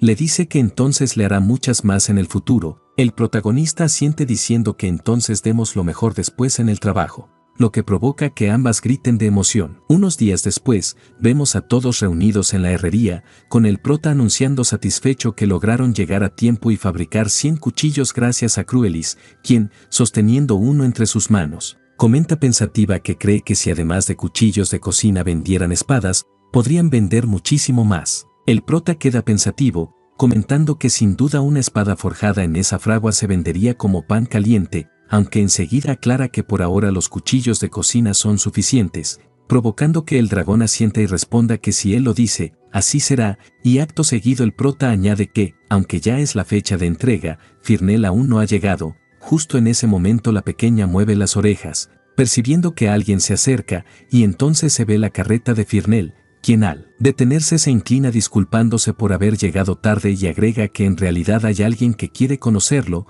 dando paso a la aparición de la elfa oscura, que lo saluda explicando con calma que le pidió que le mostrara el hogar y que por favor no la culpen por ello, lo que provoca que Cruelis la mire con evidente odio y le pregunte quién demonios es, ante lo cual la elfa, entendiendo la tensión, se inclina educadamente presentándose como Belfebia Van Vient y aclarando que prefiere que la llamen Belf, ya que no le gusta mucho su nombre, no solo por su significado sino porque tampoco le parece adorable, dejando al prota completamente desconcertado al preguntarse a qué se refiere con adorable, mientras en ese instante la pequeña Sue se esconde detrás de él diciendo que los extraños dan miedo y comienza a temblar, situación que Belf nota de inmediato y que la lleva a lanzarse sobre la niña para abrazarla con fuerza, exclamando que es una monada, que pertenece a la tribu del Lobo Blanco y que es la primera vez que ve a una niña tan linda como ella, afirmando incluso que quiere llevársela a casa, lo que hace que Cruelis intente intervenir. Pero Belf también se arroja sobre ella abrazándola con entusiasmo y diciendo que no sabe de qué especie es, pero que tiene unos músculos geniales, provocando que Cruelis intente zafarse, hasta que minutos después ambas chicas terminan corriendo hacia el prota pidiéndole ayuda y escondiéndose detrás de él. El prota le pide con calma que por favor no abrace a nadie de esa manera porque a ninguna le gusta, y enseguida le pregunta directamente qué es lo que necesita, a lo que Belf se disculpa diciendo que lo siente, que cuando ve algo bonito no puede evitar querer abrazarlo. Con tono serio menciona que ha oído rumores de parte de la señorita Firnell, que ha escuchado que fabrica cuchillos que cortan muy bien, así que le gustaría que observaras esta espada y dieras tu opinión. El prota desvía ligeramente la hoja y comienza a examinar su filo mientras Belf le pregunta qué le parece, y él responde que le falta un poco de empuje, explicando que el afilado es deficiente en algunos puntos, lo que genera irregularidades, y que además la hoja está ligeramente torcida, agregando que si quien la usa es un espadachín hábil podría sentir inconvenientes al manejarla, a lo que Belf, sonriendo, comenta que ya ve que los tasadores ordinarios solo dicen que es de rango A o B, como era de esperar, y que los expertos opinan distinto, mientras el prota aclara que después de todo no puede usar magia de tasación. En ese momento Belf le entrega otra espada y le pide su opinión, pero al intentar desenvainarla el prota nota que la espada está rota por la mitad, quedándose completamente nervioso y en silencio, lo que provoca que las chicas se pongan curiosas y pregunten qué ocurre y por qué tiene tan mala cara, si le duele algo. Entonces el prota se inclina extendiendo la espada y pide perdón, diciendo que esa espada rota probablemente la forjó él mismo, a lo que Belf responde con comprensión que será así, después de todo fuiste tú, mientras el prota, apenado, confiesa que la forjó cuando aún era un novato, palabras que impactan a Belf, quien pregunta cómo es posible que en ese momento no fuera un experto, para luego añadir con calma que ciertamente tiene sus defectos, pero que a pesar de sus asperezas es una espada honesta y muy buena. El prota la interrumpe diciendo que aún así se rompió, pero Belf refuta con seguridad que cualquier espada famosa acabaría rompiéndose algún día y que, de hecho, en manos de una espadachina tan ruda como ella esa espada resistió durante 3 años, añadiendo que, de no haber luchado contra ese monstruo, le habría durado algunos años más, lo que despierta la curiosidad del prota, quien le pregunta a qué monstruo se refiere. Aunque ella se detiene de inmediato, le dice que lo olvide porque habló de más y, con una sonrisa tranquila, añade que de todos modos su espada es muy buena. Entonces Firnell irrumpe sorprendida exclamando que es increíble que Belpevia lo haya reconocido y explicando que ella es una espadachina de renombre conocida como Belpevia el Resplandor Púrpura, dejando al prota impresionado al decir que de verdad le gustó su espada. Pero Belf lo interrumpe aclarando que la usaba porque era realmente buena y añade que además tiene una petición para el señor Eijo, preguntándole si podría forjar una espada para ella y explicando que no debería sorprenderse tanto, ya que siempre le ha encantado su espada. A lo que el prota responde que aún así existe un herrero en el Palacio Real mucho más increíble que él, aunque Belf lo corta diciendo que aún no parece entenderlo y revelando que la espada que le mostró por primera vez fue fabricada por el Palacio Real y que además es su modelo más reciente, dejando al prota completamente desconcertado al afirmar que eso no puede ser posible, mientras ella confirma que así es y que esa arma fue forjada por el mundialmente famoso Palacio Real de Guarrail, provocando que el prota quede pensativo al recordar cómo aquella espada en manos de aquel maleante también se destrozó en su momento, y entonces Belf, con determinación, le extiende la espada repitiendo que por eso se lo pregunta, que si puede forjar una espada para ella, mientras una corriente de viento aparta su cabello y revela sus ojos, mostrando uno de ellos visiblemente herido. El prota, intrigado por aquellos ojos tan particulares, le pregunta si acaso son. Ella entonces explica con naturalidad que en realidad se trata de un ojo prostético, que se lo colocaron cuando aún era niña. Al escuchar eso, el prota guarda silencio por un instante y reflexiona con seriedad. Este no es un Japón pacífico, sino un mundo donde los monstruos campan a sus anchas y el combate es la norma, aunque no sea él quien lo haga. Belf acabaría pidiéndole una espada a alguien más y regresaría al campo de batalla una vez más, y si esa espada se rompiera y Belf perdiera la vida. Con el rostro firme y la voz cargada de determinación, declara que no fabricará armas para quitar vidas, sino que forjará una espada destinada a protegerla. Esas palabras dejan profundamente emocionada a Belf, quien sin dudarlo extiende la mano, y ambos estrechan sus manos, sellando así el trato. Tiempo después, ya en la forja, el prota se prepara con calma mientras piensa que forjar una espada japonesa requiere mucho más tiempo que un simple cuchillo de cocina, al menos 10 días de trabajo continuo, razón por la cual le pidió a Belf que regresara a la ciudad por un tiempo. Con esa idea clara en la mente y una determinación firme, declara que es hora de empezar. Minutos después, al aparecer una caja repleta de metales, la pequeña pregunta qué es todo eso,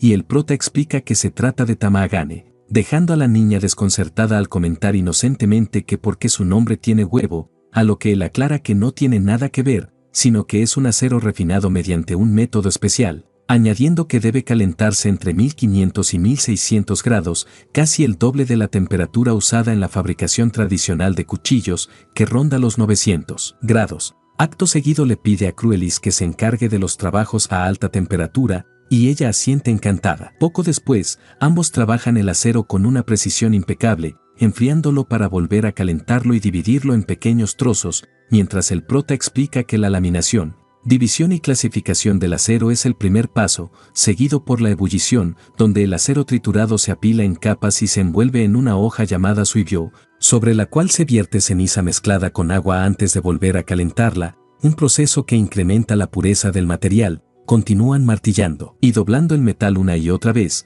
repitiendo el procedimiento sin descanso para aumentar su dureza capa tras capa. Minutos después, los golpes rítmicos del martillo resuenan con determinación en la forja, hasta que Cruelis, secándose el sudor, comenta que fabricar armas humanas es realmente difícil, y el prota le explica que, en particular, las espadas japonesas son las más complicadas debido a la superposición constante de capas de metal, lo que despierta la curiosidad de Cruelis, quien le pregunta por qué decidió hacer precisamente ese tipo de espada después de todo. El prota queda pensativo ante la pregunta y, tras unos segundos, le responde que si acaso le molesta la fabricación de armas. Ella niega con la cabeza y contesta con sinceridad que, en realidad, no le molesta para nada. Entonces él explica que quizá todo se deba a que quiere probar su fuerza actual. La espada que sostenía la señorita Belf era una que él había forjado hace mucho tiempo, así que deseaba comprobar cuánto había mejorado desde entonces. Además, esta fragua posee un poder misterioso, y cree que si combina todo eso puede crear una gran espada. Con una sonrisa emocionada, declara que continúen, y mientras sigue martillando con renovada energía piensa que quizás sea la primera vez que se siente así, que esto es realmente divertido, que la herrería es verdaderamente divertida. Días después, de regreso en la herrería, todos quedan impresionados al ver el arma terminada, una katana totalmente espléndida, con un filo abrumador que impone solo con mirarla. La chica, emocionada, propone probarla de inmediato y comprobar su filo. El prota asiente y, tras dedicar un minuto a ofrecer patatas con mantequilla a la diosa, adopta una postura firme con la espada en las manos. Con un movimiento preciso y limpio, ejecuta un tajo impresionante, haciendo que las chicas le griten alarmadas que tenga cuidado con el árbol. El prota queda desconcertado al ver cómo el árbol entero cae a escasos centímetros de él y, al reincorporarse, se da cuenta de que ha sido cortado por completo con un corte perfecto y limpio. Mientras las chicas exclaman que es increíble, él, aún sin poder creerlo, observa la katana y piensa que es un arma ridículamente filosa. Días después, Firnel regresa una vez más con su carreta. La elfa, con una sonrisa expectante, declara que ha esperado mucho para este momento y que está realmente emocionada. Confiada, comienza a caminar hacia el interior mientras comenta que, si es una obra de un verdadero experto, sin duda será extraordinaria, así que mejor verla de inmediato. Al entrar en la fragua, Belf queda completamente impactada. Toma la katana entre sus manos y observa el filo con detenimiento, como si temiera parpadear y perder algún detalle. Firnel también se queda sin palabras y, finalmente, murmura que no hace falta evaluarla a fondo para saber que se trata de un arma de rango S. Belf desliza con cuidado la mano por la vaina y, aún impresionada, comenta que es más pesada de lo que imaginaba, pero que al blandirla resulta terriblemente ligera, como si respondiera a su voluntad. El prota sonríe y le dice que puede probarla si quiere. Ella le devuelve la sonrisa y responde sin dudar que, por supuesto. Minutos después, ya en las afueras, el prota explica que ha unido varios lingotes de hierro hasta alcanzar un grosor similar al torso de una persona, todo firmemente atado. Afirma que debería ser imposible cortarlo por completo, incluso con un arma fabricada en la herrería real. Sin embargo, añade que, si las habilidades de la señorita Belf y esa espada se combinan, el resultado podría ser distinto. En ese instante, Belf desenvaina la katana y, con un movimiento preciso y fluido, ejecuta un solo corte que parte el hierro limpiamente en dos. El silencio se apodera del lugar, todos quedan boquiabiertos, incluso el propio prota, que aún no logra creérselo. Con la mano ligeramente temblorosa, Belf murmura que, como era de esperar de su espada, señor Eiji, Explica que intentó cortar con cuidado, pero aún así terminó partiéndolo en dos. Añade que, si hubiera atacado en serio, no quiere ni imaginar qué habría ocurrido. Acto seguido, se inclina profundamente para agradecerle, diciendo que con esta espada por fin siente que puede luchar contra ese monstruo en igualdad de condiciones. Luego le pregunta cuál es el precio del arma, pero el prota niega con la cabeza y responde con calma que no es necesario pagar nada. Esta espada es una recompensa, un gesto de compensación, porque la primera que forjó para ella terminó rompiéndose. Belf niega con la cabeza y, con una sonrisa serena, comenta que cualquier espada se rompe algún día, que no se preocupe por eso y que acepte el pago. Firnel interviene enseguida, asintiendo con firmeza, y añade que tiene razón, realizar un trabajo gratuito sería una ofensa para un herrero tan destacado. Tras pensarlo un momento, el prota suspira y concede, diciendo que entonces unas 30 monedas de oro estarán bien. Bao menciona que es un precio absurdo, ya que incluso el producto de menor calidad de la forja real cuesta 100 monedas de oro. El prota responde con calma que lo considere simplemente como el coste de los materiales. Belf pregunta entonces cuál sería el precio de la mano de obra y, llevándose una mano al pecho, bromea diciendo que no le diga que el pago sería su propio cuerpo. El prota le dice que no es nada de eso. Luego, con expresión seria, aclara su verdadera petición, quiere que ella le enseñe a usar la espada. Belf parpadea, sorprendida,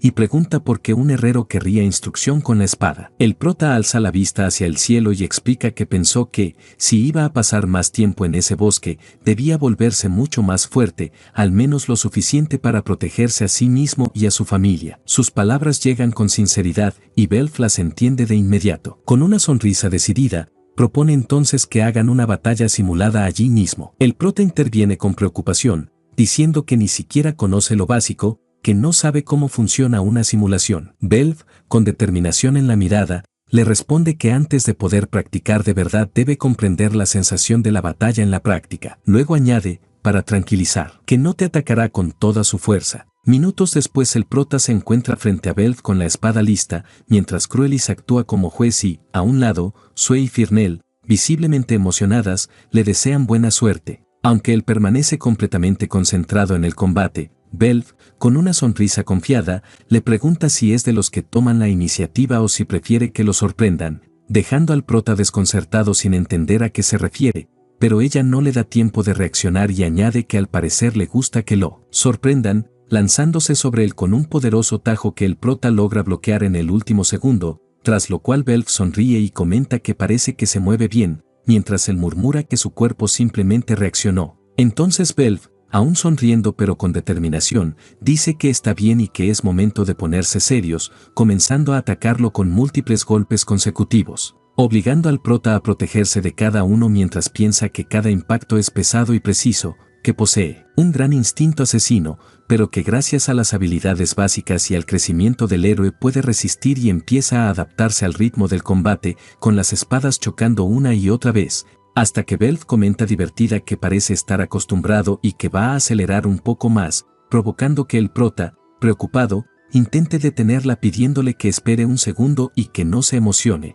aunque Belf continúa arremetiendo con aún más fuerza mientras murmura que parece que lo recibe bien, pero que aún así se pregunta cuánto más podrá resistir, atacando sin descanso, y el prota, forcejeando, piensa que la situación es realmente mala, que si sigue así debe hacer algo antes de que lo aplaste por completo, y que lo único que le queda es aprovechar el momento, comenzando a analizar sus ataques consecutivos hasta encontrar el instante preciso para lanzarse sobre ella y empujarla con todo su cuerpo. Ya en el suelo, el prota queda sobre ella, pero se rinde de inmediato al notar cómo la chica apoya un cuchillo en su cuello, murmurando que en el campo de batalla, aunque derrotes al enemigo, no significa que ganes. Mientras lo observa con los ojos ligeramente sonrojados, el prota se disculpa por haberse lanzado sobre ella y Belf responde que no se preocupe, que fue un placaje perfecto, y completamente ruborizada añade que cuando la empujó de esa manera pensó que su castidad desaparecería, haciendo que el prota diga que no se trata de eso, preguntándose si acaso todos los elfos oscuros son así, aunque antes de profundizar en ello las demás chicas aparecen emocionadas, rodeándolo y diciendo que es increíble, que además tiene un manejo de esgrima muy bueno y que es el mejor, mientras el prota intenta calmarlas explicando que no es para tanto y que simplemente siguió los movimientos de Belf, Entonces Cruelis interviene afirmando que aún así fue increíble, que ni siquiera ella pudo ver el final, haciendo que el prota dude y pregunte si de verdad fue para tanto, momento en el que Belf, con un tono serio, agrega que se dio cuenta cuando cruzaron espadas, afirmando que Eiji posee habilidades cercanas a las de un espadachín de rango A, y Cruelis, moviendo la cola con orgullo, comenta que lo sabía desde el principio. Después de todo, la gente normal ni siquiera puede acercarse a ella, un dragón sagrado, lo que sorprende a Belf, quien la mira con atención y explica que los humanos comunes son sometidos al instante por su aura imponente y quedan aterrorizados, lo que significa que él es igual o incluso un ser superior a ella,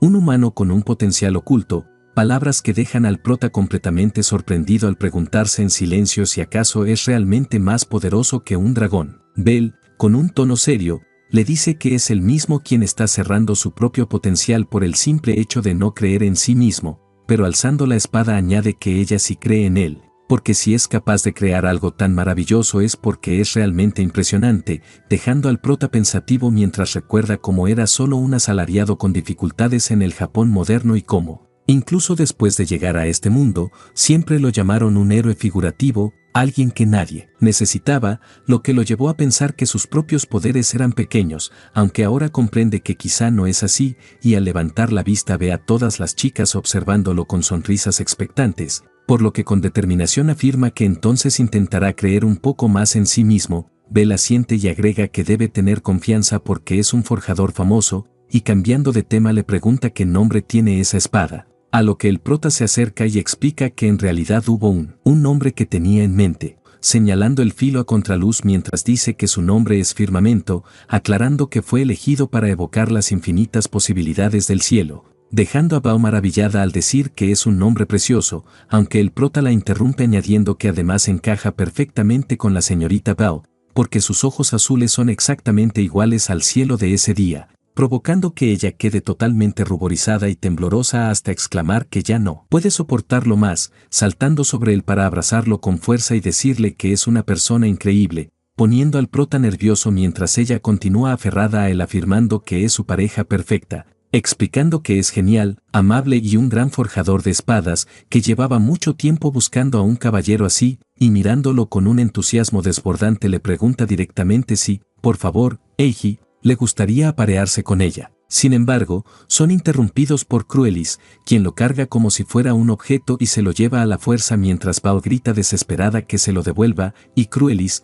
de forma protectora, lo abraza con fuerza declarando que él es su maestro, a lo que Bao responde con un tono desafiante diciendo que entonces ella es la maestra de espada de Eiji después de todo, generando una tensión palpable entre ambas mientras se miran con odio y el prota queda tirado en el suelo sin poder reaccionar. Firnel, emocionada, comenta que esto se está poniendo interesante, señor Eiji, mientras él no puede evitar pensar qué clase de situación tan absurda es esta, y minutos después, ya en la despedida, Bao se marcha sobre el carruaje diciendo que usará la espada Firmamento con mucho cuidado, completamente sonrojada, mientras el protagonista y su grupo se despiden también, aunque Cruelis se ve visiblemente molesta, y el prota, con tono tranquilo, comenta que la señorita Bao parecía una buena persona, provocando que las chicas, claramente irritadas, le pregunten si acaso le gusta ese tipo de mujer, haciendo que él empiece a dudar sin saber qué responder y termine escapando del lugar mientras ellas le gritan que no huya.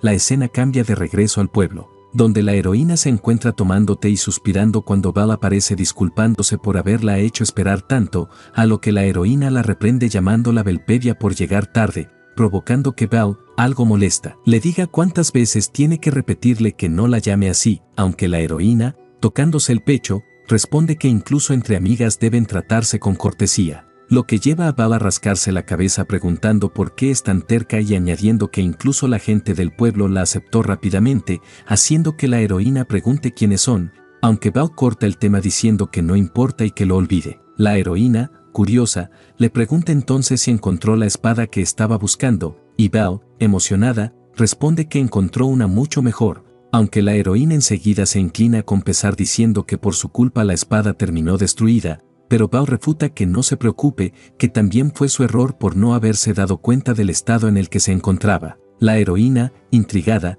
comenta que por alguna razón la maestra Belpedia de hoy está de muy buen humor, a lo que Bao completamente sonrojada, admite que conoció a una persona muy interesante, despertando aún más la curiosidad de la heroína, quien le pregunta quién es esa persona interesante y bromea diciendo que no le diga que terminó en una batalla simulada contra algún aficionado, dejando a Bao totalmente en silencio, sin saber qué responder, lo que provoca que la heroína suspire y le recuerde cuántas veces ha cruzado espadas con cualquiera que vea potencial. Bao añade que no pasa nada, que si eso ayuda a que esa persona se entendiera a sí misma entonces está bien y no hay motivo para preocuparse, agregando además que esa persona no era tan mala como ella, Kanae, y que ya es hora del entrenamiento nocturno, haciendo que la heroína, apenada, le grite que espere, señorita Belpevia, preguntándole qué quiso decir con eso mientras la sigue.